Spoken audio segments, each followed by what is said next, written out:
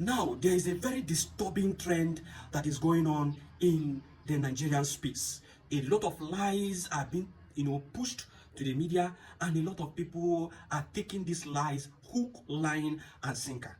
I want to discuss about Gowon, his statement, about his autobiography that was just released. The book was released some days back.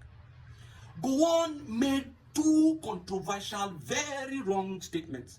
Number one, he stated that the war was not his intention and that the Nigerian government did not intend to commit genocide. Those were the words of General Gowon. And I want to believe that at the material time, Gowon was the head of state. Tell me, Gowon, you being the head of state, and you are saying it is not your decision, that the war was not your choice. Whose choice was it?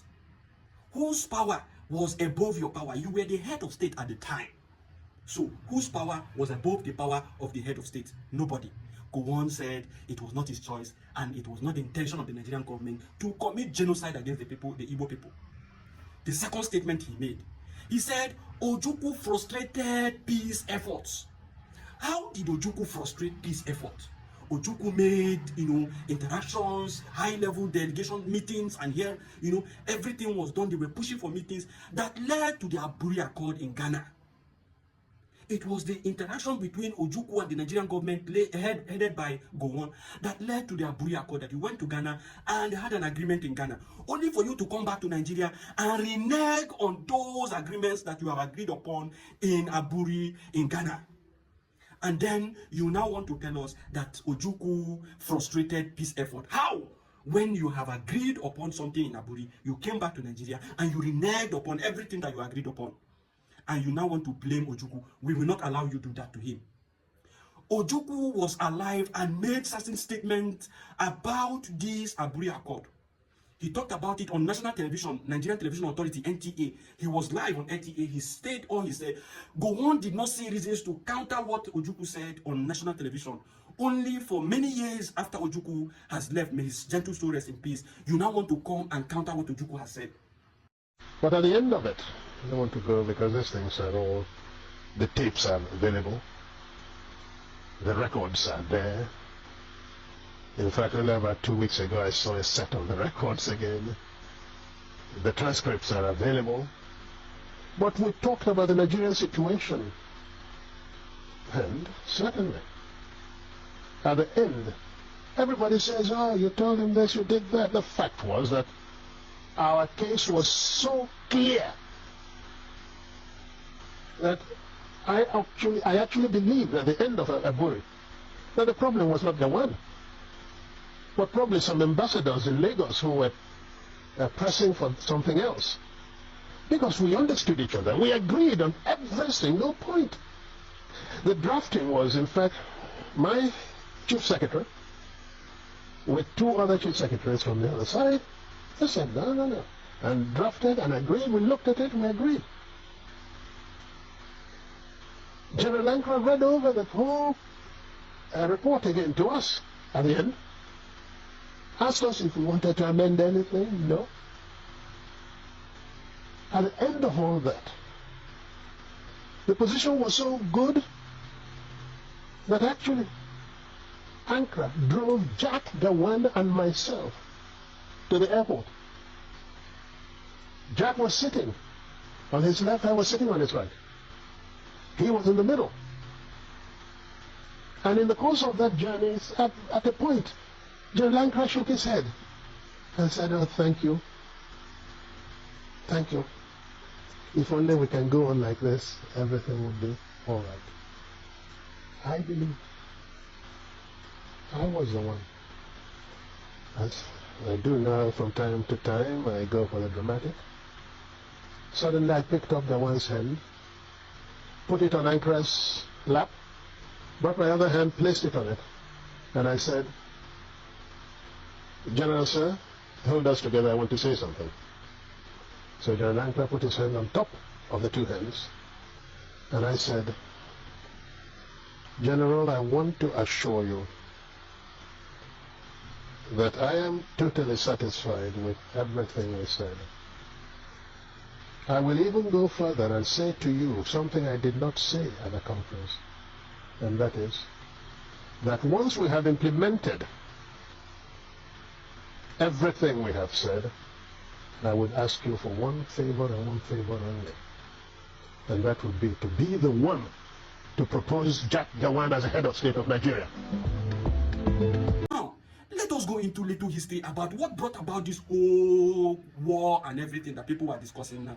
Because lack of history is our problem in this country. We have removed history. We don't want to discuss history, and people are not discussing things that just, suits their narrative. Let me break this thing down to you. How did the Biafra war start? After independence in 1960, the politicians, instead of them to carry out things in the national interest of the Nigeria as a whole, they were now doing things in the interest of their region. It was now a situation where politicians prioritized regional interest over national unity. And that is why Azikiwe was then, pushing for one Nigeria. He was saying he believes in one Nigeria.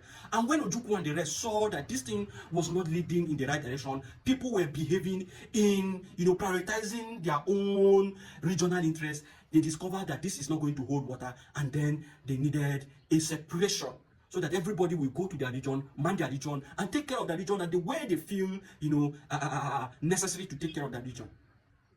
That led to, because of these political tensions here and there, the politicians not believing in one Nigeria, the politicians acting in the interest of their own region, it led to the 1966 coup, January 1966 military coup, which was headed by Major Nzogu, Major Kaduna Nzogu. And they agreed upon certain persons that will be removed in the political space so that there will be political, rejuvenation, and everything brought back to the normal way it should be, and put people in offices where they will look at national interest over, regional interest. That was the intention. And they eliminated some top politicians. Those in the north, those in the west, those in the east were able to escape. And because those in the east escaped, they believed that the officers from the east did not want to eliminate their own people. That was why they termed it Igbo coup. Follow me on this. Now, the person who headed this coup was Kaduna Nzogu. Kaduna Nzogu is a native of this place in Delta State. Okpanam. He is from Okpanam in Delta State, the current Delta State. Remember, it was region at the time. It was the northern region, the western region, the eastern region. And then they believed it was an Igbo coup. But now, those in Delta State will say they are not Igbos. But if you interact with them, you speak Igbo to them, they respond in Igbo, they interact with you in Igbo, but they say they are not Igbos. I don't know the kind of mentality and the wickedness of the government to twist the mind of the people against their own brothers. Against their own brothers. They now feel that for some reasons, they are not Igbo, but they speak Igbo dialect. Now, because of this narrative that they now began to push, the Northerners began to push that it was an Igbo coup, that led to a counter coup in July. That July of 1966 counter coup led to the killing of General Aguiyi-Ironsi. Aguiyi-Ironsi was the then head of state. They killed Aguiyi-Ironsi. And then that brought upon Gowon. That was when Gowon became the new head of state. After that, everybody thought that, okay, because of this, everything would have been settled. They have done what they want to do. They have now removed Aguiyi-Ironsi and replaced him with General Gowon. Little did we know that they would move ahead to start unaliving Igbo people in the north. A lot of Igbo people in the north were being killed, were being targeted, they were killing them, and many of them ran back to the eastern region. When they ran back to the eastern region and complained that this is what is happening, that led to Ojukwu, and everything that transpired.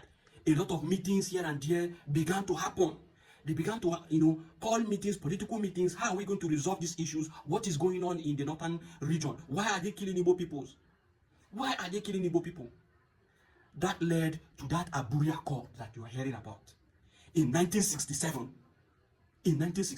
the Aburi Accord was held in Ghana. Ojukwu and his chief of staff, his secretary, Gowon and his own secretaries representing the Nigerian government, they went to Aburi and decided on certain things. One of those things was that the Nigerian state was going to be structured in a confederating, it was going to be a confederating state, a confederation, such that the North will take charge of their resources, their military, whatever they have in the North. The West will be in charge of their resources, their military. The reason for that is for regional security.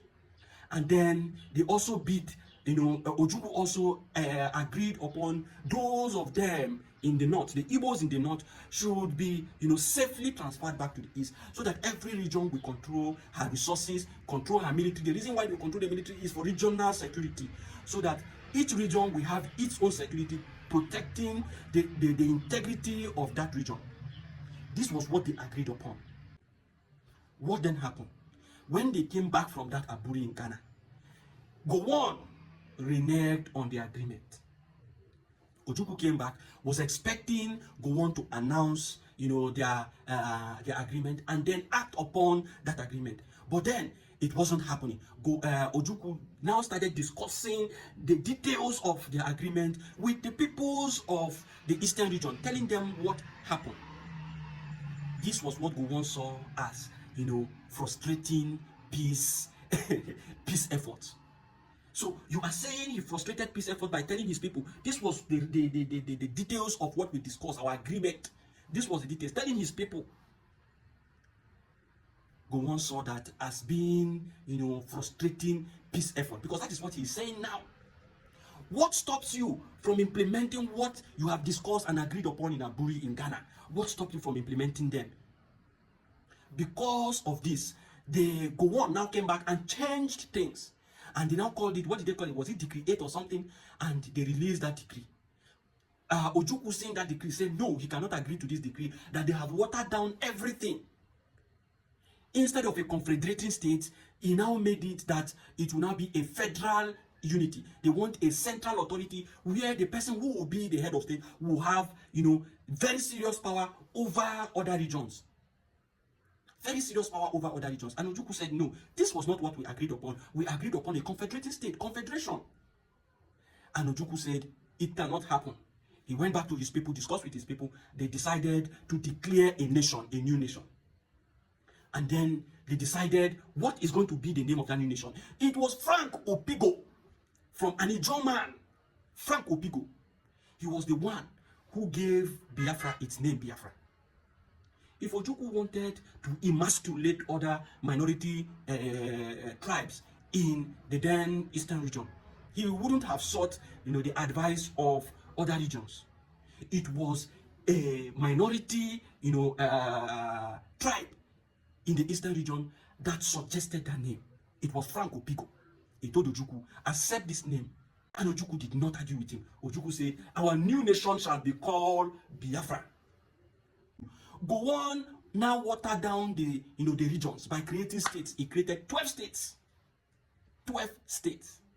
What was his intention? His intention was to, map out that, regions, those minority regions that, control oil production in Nigeria. He now divided the states. The southeastern states, they have a lot of states. Was it Midwestern state, Eastern state, River state, Lagos state? He created 12 states. And the major states that he created out of the southeastern region that created a little problem was the River state that he created and the southeastern state. So what he did with this map you are saying was to cut out areas that are rich oil producing areas, and then gave power to those minority areas so that he will create tension with the Igbos. They will now begin to drag power and cause problem, internal crisis. That is what they wanted to achieve. This state creation happened in May 1967. And then in July 1967, they declared war on Biafra. They declared war on Biafra. And the war lasted for 3 good years. The war lasted for 3 good years, 1967 till 1970, where they said, no victor, no vanquished.